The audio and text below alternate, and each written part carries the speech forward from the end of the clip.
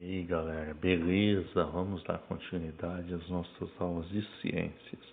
Começando hoje pela página 218, apostila C, caderno 2. Mande a data lá em cima da página 218, 5/11/2020. Feito isso, vamos ler o texto. Água, solo e erosão. Vamos aprender o que é erosão e como ela pode ser minimizada. Você já ouviu falar em erosão? Sabe o que significa essa palavra? Dizemos que ocorre erosão quando os materiais da superfície terrestre são removidos e transportados, como você viu nas atividades com mini montanhas. Quando chove muito, parte da água penetra no solo, mas outra parte acaba escorrendo sobre ele.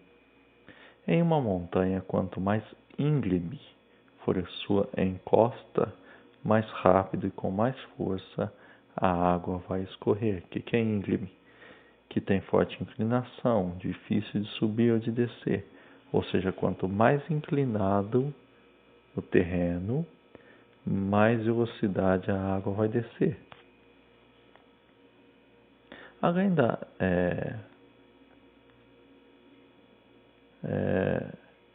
quanto mais íngreme for a sua encosta, mais rápido e com mais força a água vai escorrer, arrastando com ela partículas de terra. É a água promovendo a erosão do solo.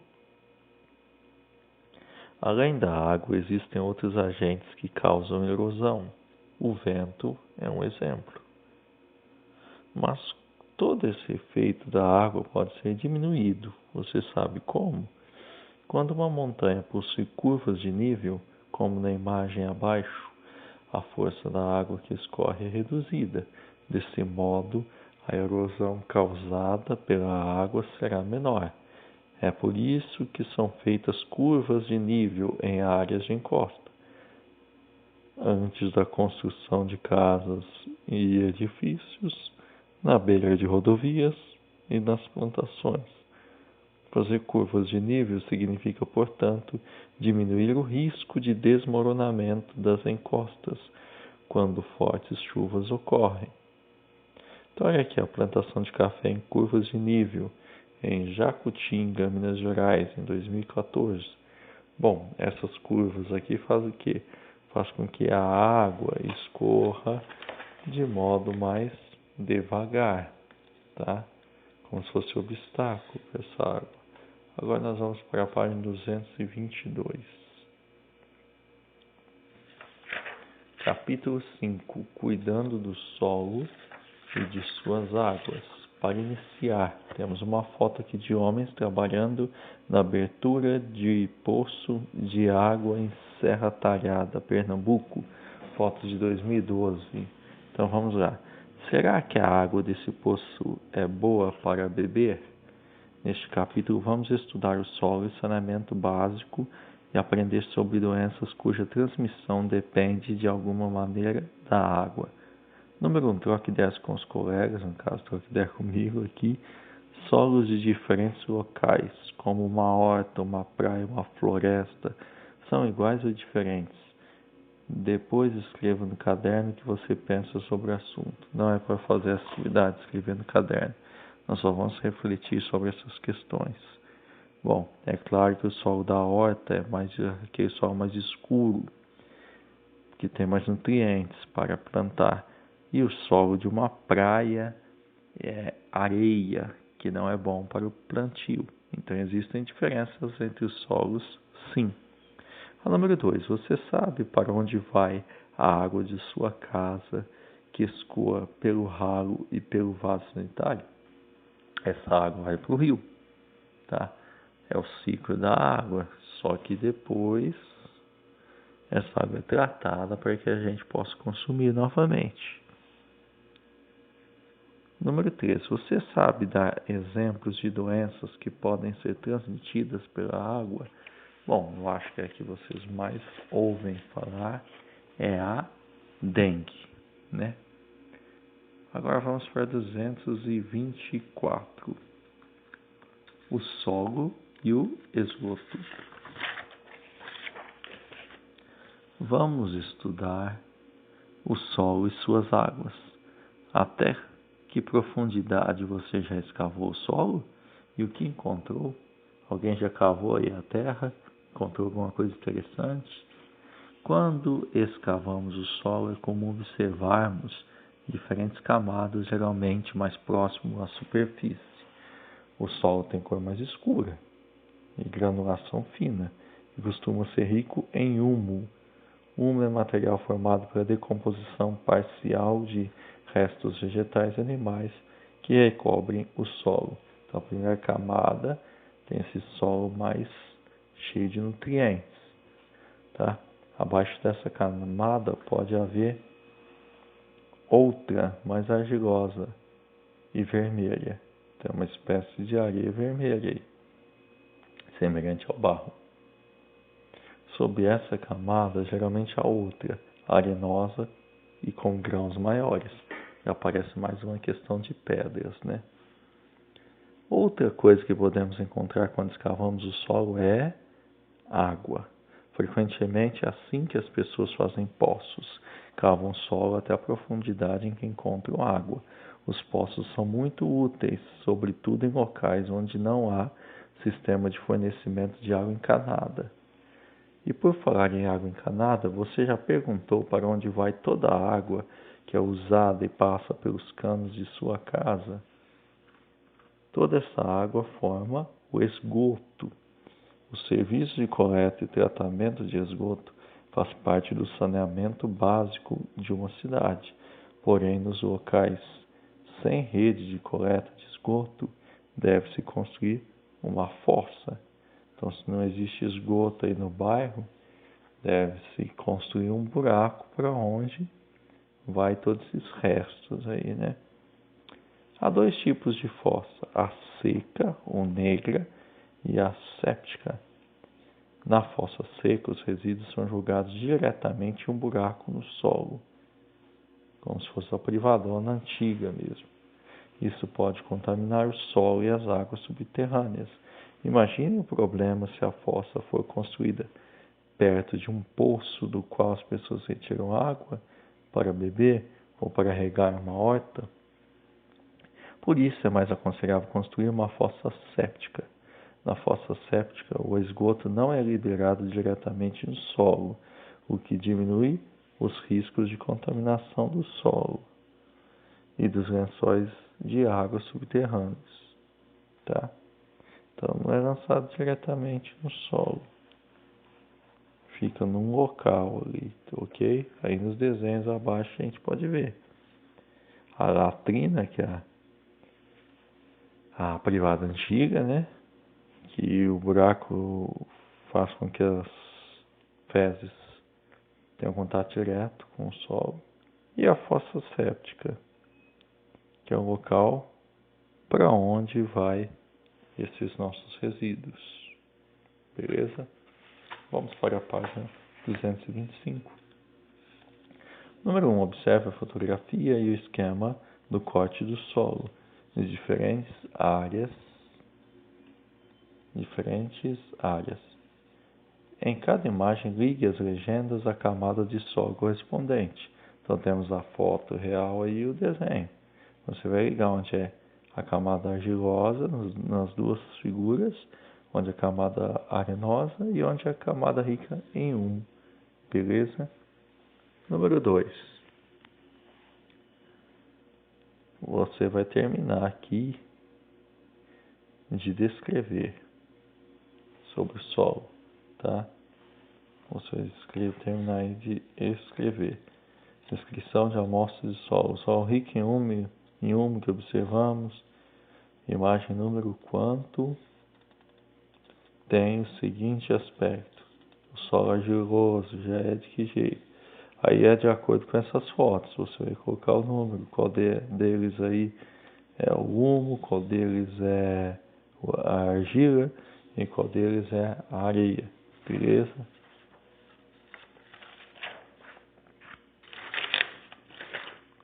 Aí,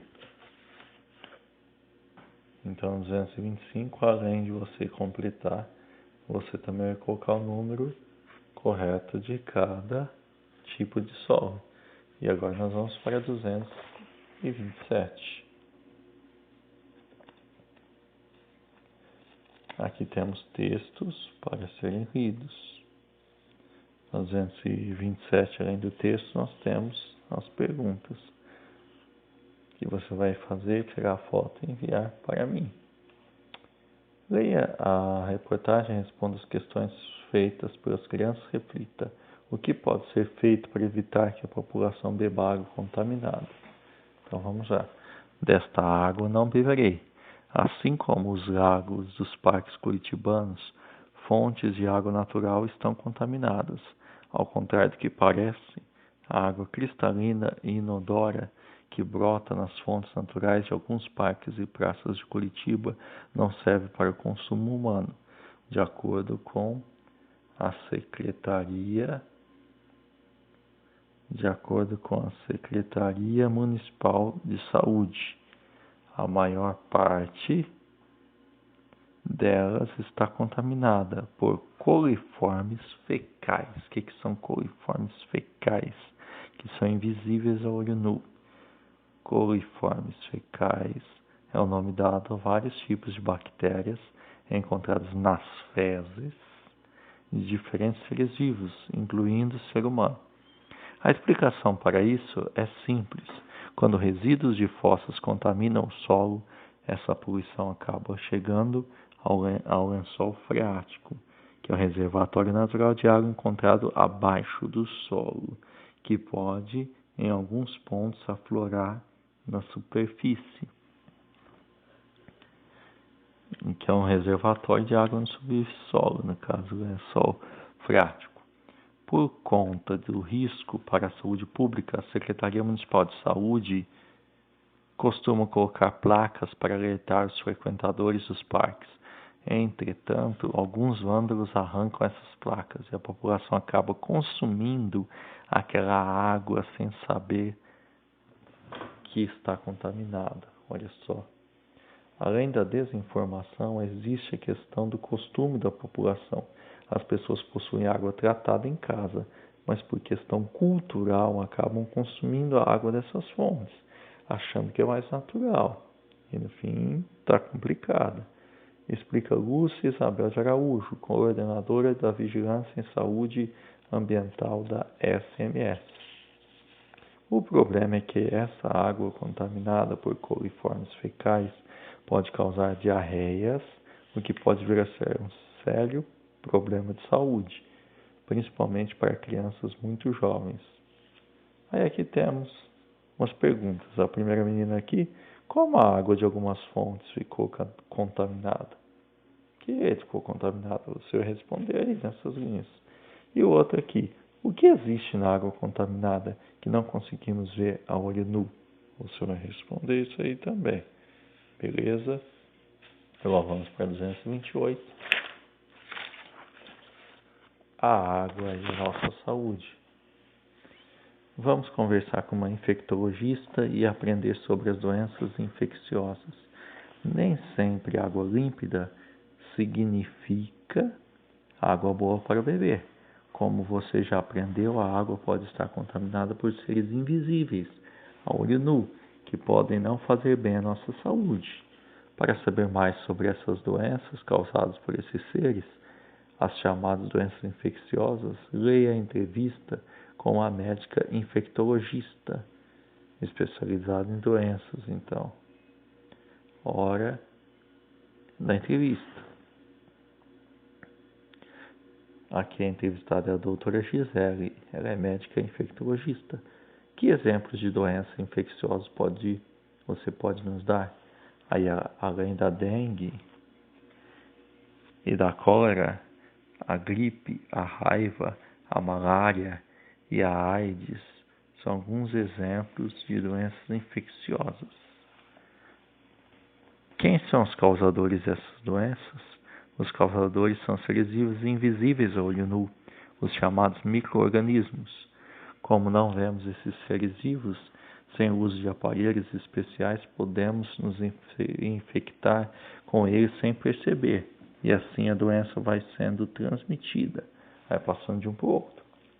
Algumas dessas doenças podem ser transmitidas pela água?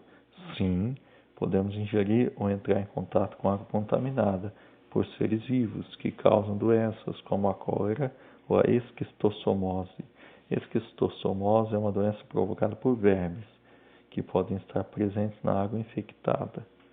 Em outros casos, como a dengue e a febre amarela, o ser vivo causador da doença não é transmitido pela água, mas por mosquitos que nela se desenvolvem.